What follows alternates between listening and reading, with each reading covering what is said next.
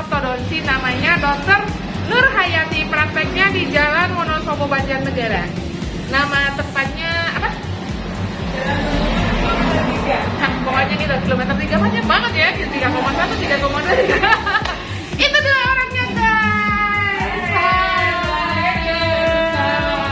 Aku mau tanya ya, itu bohongan apa beneran ya? Ini bohong nih. Saya kan males, jadi beli bunga yang bohong aja, nggak usah nyiram-nyiram lagi ya, tumbuh terus. Iya, nggak perlu disiram, selalu cantik. Oke, kita hari ini gerebek tempat praktek dokter gigi spesialis ortodonsi. Dalamnya apa aja? Yuk, Yuk, ini tempat pokok-pokok ya. ini tulang tunggu. Wah, asik juga ya. Jadi boleh duduk di sini, boleh duduk di situ, boleh lihat juga. Kalau kadang nggak mau juga ini. Oh gitu. Kalau laki-laki kan nggak mau sampai duduk di sana. Oh gitu. Coba sekarang di sini boleh ya? Boleh. Nanti kita gelar stiker ya, masalah. Oke.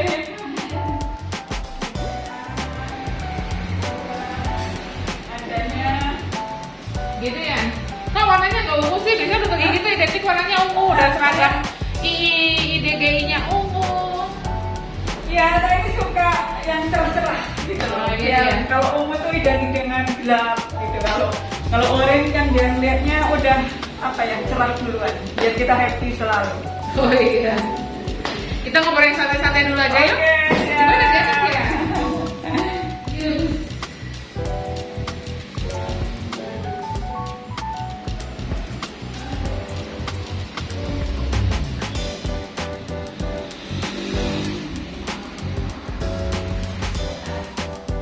Oke guys, kita udah di ruang santai Dr. Nur Hayati. By the way, dulu kenapa sih milihnya fakultas kedokteran gigi? Kok nggak fakultas kedokteran hewan? Atau kedokteran gigi hewan gitu? Sebetulnya saya tuh paling takut dengan hewan. Gitu. Dan pada saat saya memilih dokter gigi itu sebenarnya saya nggak ada bayangan. Cuman kok pada saat saya dulu lulus SMA, kan ikut bimbel tuh. SMA di mana? Jogja, SMA 1. SMA 1 Wonosobo, oke. Sampai 1 Wonosobo. Terus? Pada saat bimbel itu kantor saya tuh bilang kedokteran gigi yang paling bagus di luar Jawa itu USU. Nah, USU dan kedokteran gigi itu terngiang-ngiang terus di benak saya. Pada saat UMPTN, dulu kan namanya UMPTN ya. Ya udah saya ambil aja tuh. Berarti angkatan berapa tuh? Angkatan 96. 96. Jadi cuma satu kali itu langsung go ya? Iya. Langsung keterima ya. Jadi waktu itu pilihan pertamanya USU Universitas Sumatera Utara. Pilihan keduanya di mana? Pilihan kedua kayaknya lupa ya, tapi itu pilihan pertama USU itu. Dan saat itu kebetulan yang dari Jogja yang terima ada orang dan ketemu di sana sama-sama satu bimbel. Oh iya, jadi dia tuh putra daerah Wonosobo tapi orang Sumatera. Ngomongnya bapak-bapak gitu ya. Orangnya rame banget guys. Jadi tuh ada temennya aku kan lulusan Sumatera. Kuliahnya di Jawa ya, tukeran kita berarti ya. Iya, Tukeran. Terus waktu itu kembali lagi untuk PTT ya? PTT PNS di Wonosobo? Enggak, saya PTT di Lampung 3 tahun. Oh, gitu. Dulu kenapa milih di Lampung? Karena bayangan kita waktu di Medan kan Lampung itu di Jakarta. Jadi kita nyebrang. Iya, bayangan kita gitu kan. Ternyata? Ternyata saya ditempatkan di Lampung Barat. Itu yang jauh banget dari Di Liwa bukan? Krui, dari Liwa masih 1 jam. Oh gitu. Jadi maksudnya tuh mau PP Merak Wakahuni tiap hari, iya. tapi ternyata nggak bisa karena dia di pelosok. Yes. Ketemu sama gajah, temenan nggak? Gajah itu banyak banget. Saat itu kita ke tempat teman kami yang PTT di Lampung Barat, tapi dia orang Lampung Barat. Biasanya namanya Wai di sana. Ya, ada Wai kanan gitu kan, gitu. Tapi saya di Krui. Saat itu kebetulan Krui itu kecamatan yang paling ramai di Sumatera Barat. Sumatera Barat. Lampung Barat. Lampung Barat. Waktu itu berminat jadi ini nggak sih dokter gigi gajah? Dan itu kan belakang rumah kita kan itu monyet. Oh gitu. Ya, monyet langsung belakang rumah dinas kita laut. Kalau malam itu dengar ombak itu kedengeran banget. Dan saat itu pada saat ada tsunami Aceh tahun 2006, 31 2006. Desember. Ya. Oh iya gitu ya. Terus habis selesai di Lampung balik ke kampung. Enggak, saya di Jakarta. Saat itu nggak ada cita-cita untuk pulang kampung. Saya tuh biasa hidup di Medan, kota besar. Habis itu saya di Jakarta. Dan saya bayangan saya nggak akan balik ke Wonosobo. Ingatnya tuh Wonosobo itu kotanya kecil sekali ya. Iya. Gitu. Nah, pada tahun 2006 saya didaftarin PNS sama kakak saya. Terus saya dari Jakarta ke Wonosobo itu pulang kalau ada tes aja, nanti balik lagi Jakarta. Terima. Nyesel dong ya. Coba nggak keterima. Jadi aku tetap di Jakarta gitu Iya, ya. awalnya nyesel sampai habis terima SK. Saya tuh naik motor, saya sampai jatuh ke sungai. Itu karena saya mikir, kok bisa kok ini ya saya Wonosobo. Tapi pada akhirnya setelah dijalani, ya kan, tempat paling enak itu di Wonosobo. Betul guys. Wonosobo is the best. Terus ngambil spesialis nih udah keterima PNS, terus ada kesempatan untuk sekolah lagi ya? Iya, ada. Kok milihnya ini kalau nggak gigi anak, gigi konservasi, kan ada 8 jurusan ya, ada sub ya? jurusan. Apa tuh? Kenapa saya milih ortodonti? Karena kan kasus maloklusi, artinya oklus yang menyemangatkan banyak sekali. Dan saya melihat dampaknya itu luar biasa terhadap psikologis bagi anak tersebut. Salah satu contoh ya yang saya kasus sampai sekarang itu masih masih tertanam banget, teringat banget, pada itu udah kejadian tahun 2007 atau 2006. Saat itu saya itu di puskesmas Kalianget. Terus ada seorang pasien datang, beliau cerita, "Dok, anak saya itu sedih lihat anak saya. Kenapa Bu? Anak saya itu udah dapat pekerjaan yang bagus, tapi dia cerita kalau selalu ditolak oleh cewek gitu kan." Terus saat itu kan belum ada spesialis ortodonti ya, itu kan masih jarang sekali. Tapi saat itu saya sudah di Jakarta itu saya dapat ilmu ortodonti gitu kan. Terus saya bilang, coba diajak ke rumah saya saja Bu, gitu nanti tak lihat nih. Betul, begitu ke praktek ke saya, anak itu dia pakai motor yang gede itu, helmnya pun bagus, sampai asisten saya bilang, Bu, itu ada cowok keren Bu. Asisten saya bilang begitu keluarin lepasin helm. Wow, emang betul, wow gitu kan. Cekil? Iya, bukan cekil lagi. Lebih dari dono. Itu kan. Itu jadi panjang banget. Ya, enggak, yang atasnya itu enggak semingkem lah. Gitu kan, terus selalu ditolak oleh cewek. Terus pada akhirnya kan saya kerjain itu ortodontinya. Terus ini pada suatu saat dia tuh kembali datang gitu kan, dia udah sama cewek. Dok, terima kasih sekali, saya sekarang udah dapet cewek, gak ditolak cewek lagi. Saya mau nikah, pokoknya dokter harus datang. Karena begitu. Terus saya bilang gini, saya kan biasa foto before dan after. Sampai saya bilang, saya ledekin, Mbak mau nggak tak liatin foto masnya yang dulu? Jangan dong. Jadi guys, ada yang belum dapat calon pasangan, ke dia dulu, dibenerin dulu giginya. Benerin dulu biar dapat cewek dan cowok. Gitu ya. Sebetulnya apa sih yang menarik dari ortodonti itu? Dari ortodonti itu ada kepuasan tersendiri ya. Bener-bener ortodonti itu bisa merubah wajah dan psikis seseorang.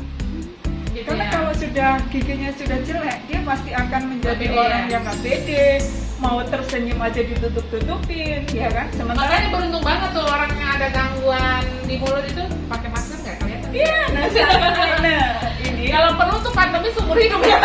Iya. ini pandemi ini juga salah satu nanti bakal mencetuskan maloklusi yang tingkat tinggi.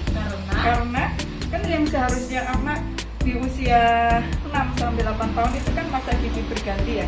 Di situ kan karena pandemi layanan gigi yang terbatas. Jadi kadang gigi yang sudah harus diganti dia nggak lepas. Jadi kan tumpuk-tumpuk nanti pada akhirnya kalau sudah dia sekarang masih SD kelas 1, nanti setelah dia SMP kan tahu tuh bahwa penampilan itu perlu muncul itu kasus banyak kasus nanti 5 tahun yang akan datang pasien ortodonti itu pasti akan banyak. Waduh, lebih banyak lagi. Dokter Nur nih.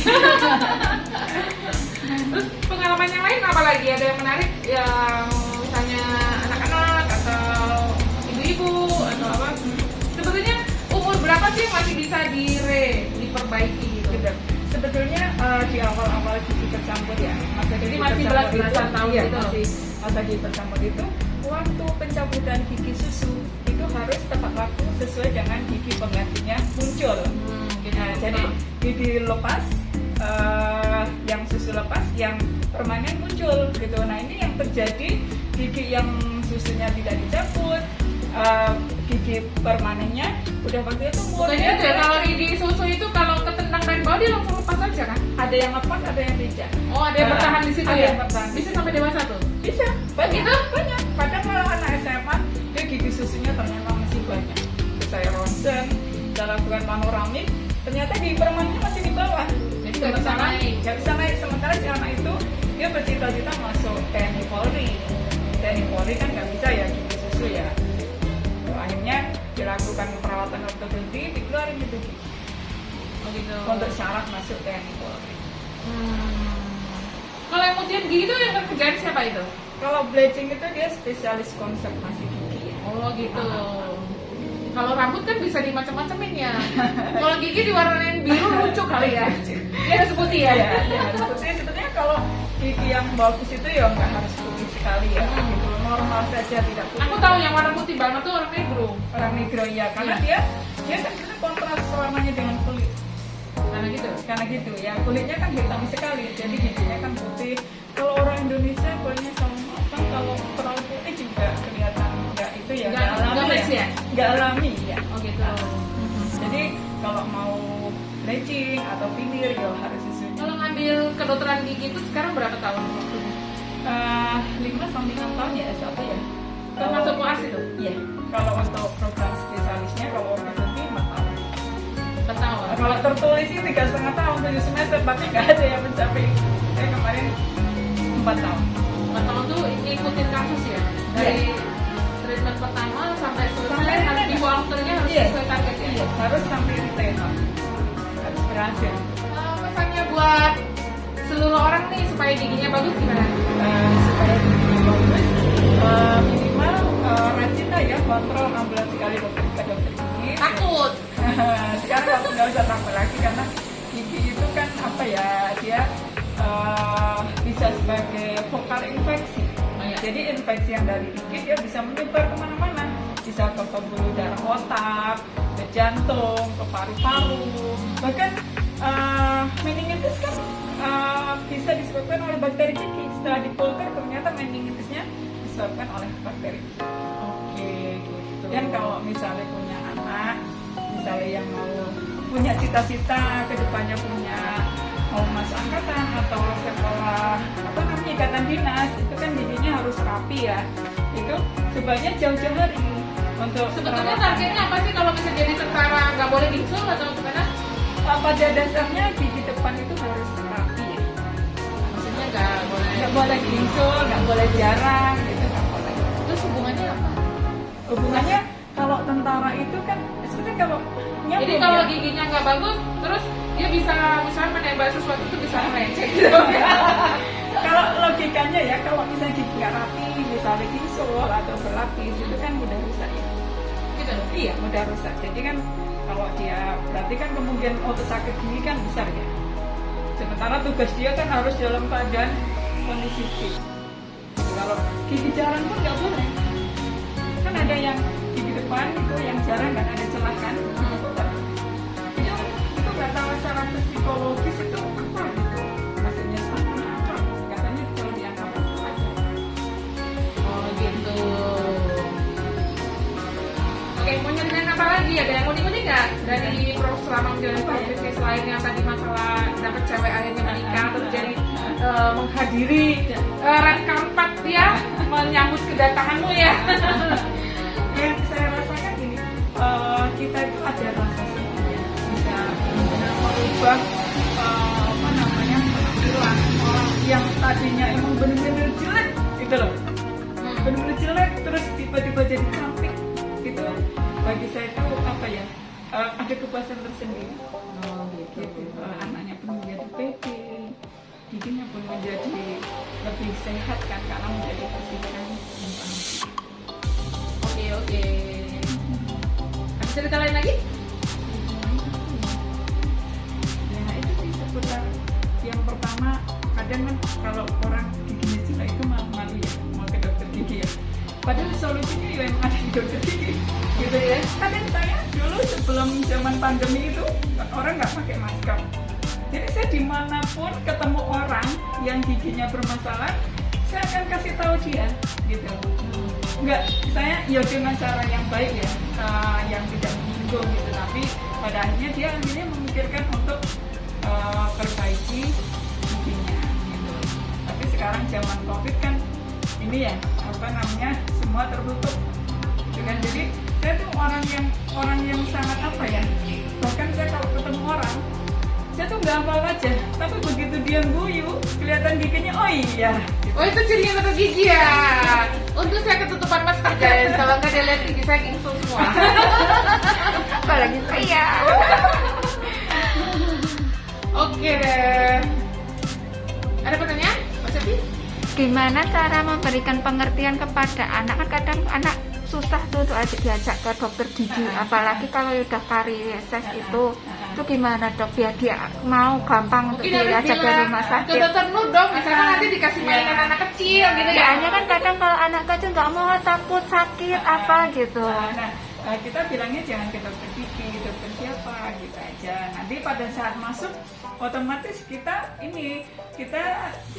rayu dulu, tidak langsung melakukan treatment, kita cek cerita dulu sampai pada akhirnya ditanya sekolah di mana, kok berani ya, pemberani ya, ganteng sekali, cantik sekali, pintar sekali. Jadi buat itu keahlian dokter gigi ya, untuk tugas orang tua untuk mengantarkan anak ke dokter gigi. Setelah di ruang dokter gigi itu bagaimana manajemen si dokter giginya itu untuk mengimbing anak gitu. Pada akhirnya kalau sudah merasa deket ya, merasa apa namanya, dokter gigi itu bukan sesuatu yang menakutkan, baru kita lakukan tindakan. Itu pun tidak langsung, pelan-pelan. Kalau misalnya tidak berani jangan dipaksain saat itu gitu kan. Nanti misalnya belum berani saat ya udah pulang aja, nggak apa-apa. Besok kalau orang tuanya misalnya nanya udah berani aja lagi, dia pasti lebih berani lagi karena dari rumah udah siap-siap, dia berani apa gitu kan.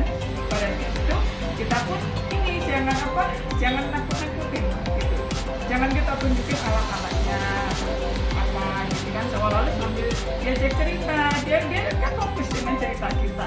Nah saat dia lagi nggak fokus ke giginya, kita lakukan tindakan gitu. Jadi anak pun nggak terlama, setelah selesai pun harus kita kasih pujian, kita tos dulu, hebat gitu kan.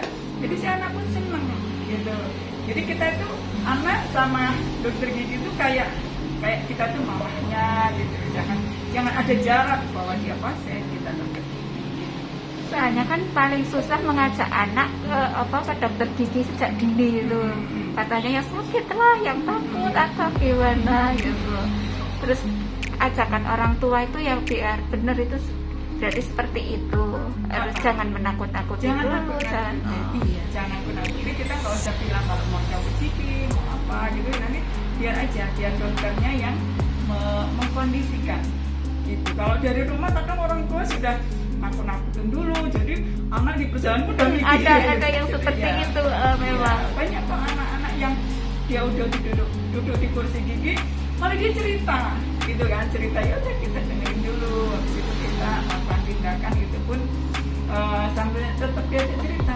Jadi setelah misalnya kan pada kasus gigi goyang ya, kalau anak-anak itu setelah dilakukan pencabutan, sakit nggak sakit kok, nggak sakit kan gitu, hebat, pintar, kita tos dulu gitu. Itu kan. kalau anak kan pasti biasanya ada itu gubes-gubes gitu, umur TK 3 tahun ke atas atau ke atas biasanya gubes-gubes tuh. Itu bisa dicabut semua atau bersihin semua atau gimana? Kalau gubes itu dia biasanya pakai itu ya, pakai botol. Susunya itu minumnya dia pakai botol. Jadi kalau udah kira-kira anak sudah bisa minum pakai gelas, banyak pakai gelas.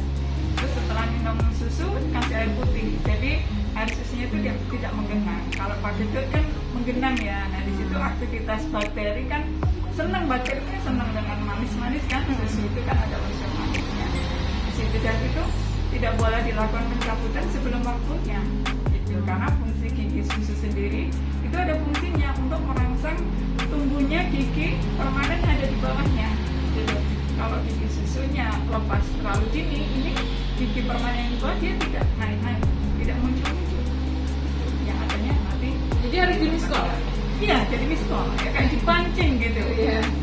Mancingnya pakai ikan kecil atau pakai kayu? Pakai ikan koi.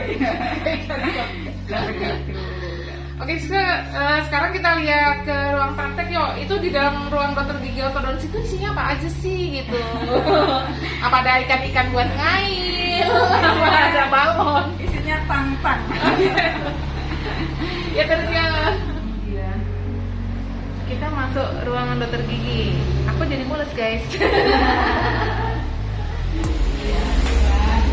Ini apa namanya, adaptasi masa pandemi. Praktek masa pandemi itu kita harus ada expose ya, untuk menyedot udara dari dalam keluar. Itu pakai expose. Ini itu yang kristal itu. Nah, ini kita juga pakai ya, itu expose itu dia fungsinya untuk menyedot udara dari dalam ke keluar. Ini yang satu ini dia apa namanya, vakum aerosol. Jadi ini diposisikan di depan mulut pasien gitu. Jadi nafas pasien langsung disedot sama dia. Nah, di bawahnya itu ada UV, langsung disterilkan kan sama UV. Di dalam mesin itu ada UV-nya. Jadi nafas dari pasien itu langsung disedot sama alat, jadi nggak kemana-mana. Dan untuk ini, untuk apa namanya, di ruangan pun kita harus pasang HEPA filter ya. HEPA filter itu fungsinya untuk menyaring udara yang ada di dalam. Oke. HEPA filter. Terus setelah kita selesai praktek, kita harus steril ruangan. Biasanya saya menggunakan lampu UV. Itu lampu UV. Gitu. Iya. Jadi benar-benar harus safety ya di masa pandemi ini. Jadi kita tidak menjadi apa namanya, tempat penularan COVID dari satu ke yang lain. Itu masing-masing ini nama alatnya apa aja nih? Ini tang ya, tang ortodonti ini namanya. Tangnya ini cukup banyak dengan fungsi masing-masing. Nah, jadi kalau itu ortodontis itu kan dia untuk menggerakkan gigi itu kan seperti kita merancang kawatnya itu sendiri. Kita wire bending namanya ya, wire bending. Kita kawat yang mulus atau lurus kita bending. Kita bending sesuai dengan kebutuhan kita mau menggerakkan gigi itu kemana. Jadi kita lakukan wire bending, salah satunya dengan alat ini, bending namanya. Jadi ini satu gigi satu macam ya. Ada gigi incisivus lain, gigi taring lain, gigi premolar satu. Ini beda-beda. Bukan, ini kan khusus orto ya. Khusus orto ini tergantung dari fungsi yang akan kita gunakan. Misalnya kita kan ada kasus yang seperti apa, kita pakai tangnya apa. Kalau kita ngelepas bracket, ini tang lepas bracket. Ini tang untuk megang wire. Ini untuk distal and cover itu untuk memotong kawat yang di belakang supaya tidak nujuk. Nah, wire. Jadi kalau yang ada incisivus sendiri, taring sendiri, premolar itu satu gigi. Beda-beda ya. Beda. Kalau ini khusus foto, kalau yang satu gigi ada. Jadi kalau punya 10 pasien apa harus punya 10 set ini? Enggak, karena kan enggak setiap pasien itu pakai ini ya. Tapi kalau udah satu pasien dipakai berarti langsung masuk. Iya, Iya. cuci, steril, yang alat apa diagnosis itu yang harus banyak gitu. Kalau ini nggak semua pasien. Kalau ini apa ini? Nah, ini pas bonding. Ini bonding itu kayak lem orto itu kan ada dua macam ya. Ada dua macam. Ini saya pakai yang live. Nah, ini yang sama ini paling bagus. Jadi itu buat nempel Ya, buat nempel bracket gigi. Ini saya pakai yang live dari Ompo. Ini juga Solo dari Ompo. Ini kualitas yang bagus yang saya pakai. Jadi bahannya juga tidak mudah lepas. Ompo itu dia merek yang sudah itu ya, sudah kompeten lah. Dan mungkin setiap dokter kan beda-beda ya. Cuman saya emang sukanya pakai ini. Dia di bracket pasien itu tidak mudah lepas. Jadi pada saat kontrol kita dokternya emang tapi nanti pas ngeluarinnya juga susah nggak? Karena itu udah kenceng banget. enggak susah karena kan ada alat khusus yang untuk melepas bracket. Ini udah didesain untuk. Oke, Jadi kalau tidak lehernya tidak mudah lepas, otomatis perawatannya cepat selesai. Karena kita tidak hanya fokus masang lepas, kita bisa lanjut terus perawatannya. Pengalaman selama ini berapa lama merawat seseorang pasien sampai tercapai target? Rata-rata kalau misalnya kasus yang sedang itu 2 tahunan jalanan, tapi biasanya kalau udah bagus pun pasien nggak mau lepas. Begitu sayangnya, takut lepas lagi ini ya? Ya, untuk gaya. Gitu. Untuk gaya. Estetika. Ya, estetika. Ya, Bukan fungsi. Iya, kalau udah bagus kan habis itu, setelah itu kan kita hanya ini aja ya, hanya untuk stabilisasi, jadi tidak diaktifkan kembali gitu. Jadi pasien itu untuk ini aja, karena dia senang ya, passionnya, karena emang kalau orang senyum pakai behel itu emang senyumnya elegan, lebih gitu elegan ya? Lebih elegan. Itu pun kadang nggak tahu ya, ada yang pakai behel tapi senyumnya nggak elegan, atau nggak tahu itu jenis behelnya atau apa, saya tidak ini. Tapi kebanyakan ini pasien-pasien dia nggak mau lepas kalau sudah bagus, untuk gaya-gaya saja. Kan ada yang pakai kapal tahu. Itu yang ideal. Pernah sampai 45 tahun juga? Kalau misalnya pasien Itu yang bosan pasiennya apa dokter giginya? biasanya pasiennya karena kesibukan misalnya sudah. Jadi mundur ya dari target bulan pertama udah posisi di sini, tapi nggak kontrol. Ya, kalau nggak kontrol otomatis kan tidak terjadi pergerakan. Ya, karena saya kontrol itu ada yang dirubah ya, Iya. dikencengin lagi, ditarik lagi gitu ya. Ya, pada saat kontrol kan kita waktu dulunya kan kita gigi seperti itu mau diangkat kemana gitu. Sesuai dengan kondisi saat itu, karena sesuai dengan planning di awal kan kita sudah buat perencanaan gigi itu mau diapain. Tapi kan kadang karena pasien ada yang karena kesibukan, karena apa kan nggak ini lama nggak kontrol, apalagi main pandemi gitu ya. Nah, apa namanya, faktor keberhasilan itu juga tergantung dari rasi misalnya pasien kontrol. Kalau yang rasi sekali itu juga kalau ada yang rasi. Tapi alhamdulillah selama ini rajin sih pasiennya rajin, kadang malah dokternya yang Bandung itu sampai apa namanya, yang lagi dingin itu kan udah sempat off ya. 2 bulan kemarin itu yuk di WN pasien, tapi sebelumnya saya udah antisipasi gitu. Kalaupun misalnya tidak kontrol pergerakan gigi itu aman, tidak apa namanya kebablasan atau apa, jadi insya Allah nggak masalah, karena di awal memang sudah saya antisipasi. Ada yang mau diobrolin lagi nggak? Gitu guys, jadi jangan takut ke dokter gigi, apalagi kalau dokter giginya ramah. Apalagi kalau cerewet, apalagi kalau anak-anak kesini dapat oleh-oleh. Hai, kamu udah pinter, kamu dapat balon, gitu ya. Iya. Satu lagi pesan sih ya, saya kepada anak-anak SMP, SMA dan orang tua, kalau kira-kira anak-anaknya mau ingin jadi masuk angkatan, TNI Polri atau ikatan dinas, jauh-jauh hari untuk merawat giginya, karena kan perawatan ortodonti itu kan tidak bisa instan ya, perlu waktu. Kadang kalau sudah kelas 3 dia cita-citanya masuk angkatan, baru datang untuk perawatan padahal maksudnya parah gitu kan, itu kan kasihan kan, nggak terkejar waktu setahun, akhirnya dia tahun berikutnya kan sayang ya. Jadi kira-kira kelas 1 SMA atau naik kelas 2 itu segera untuk dilakukan perawatan, karena emang harus rapi ya masuk angkatan atau ikatan dinas juga seperti itu.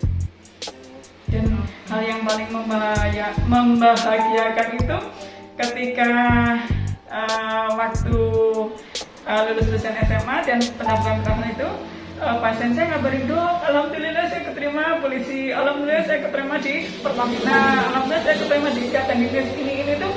Itu saya sebagai dokter itu kayak ikut senang ikut apa ya, artinya kan anak ketika melakukan perawatan itu kan perjuangan juga ya, dan saya merasakan ini, bahkan saya setiap pasien datang itu saya motivasi, kamu rajin kontrol, kamu juga harus sholat tahajud, karena kan apapun keputusan ada di tangan Allah. Jadi saya terhadap pasien, kebanyakan pasien SMA ya, itu seperti dia itu adik saya gitu. Adik saya. Jadi kayak tidak hanya dokter dan pasien gitu loh. Jadi pada akhirnya setelah selesai perawatan kita jadi sedulur gitu, jadi saudara. Itu yang jadi teman kita tambah banyak, saudara kita tambah banyak. Itu bagi saya itu sesuatu ya. Oke deh, nampaknya pembicaraan kita sampai di sini. Nanti kalau misalnya ada yang mau tanya, boleh tanyakan di pertanyaannya. Biar dijawab sama dokter dulu ya. Oke, kita mau foto-foto dulu guys. Kita tutup. Wabillahi taufiq wal hidayah. Wassalamualaikum warahmatullahi wabarakatuh. Waalaikumsalam.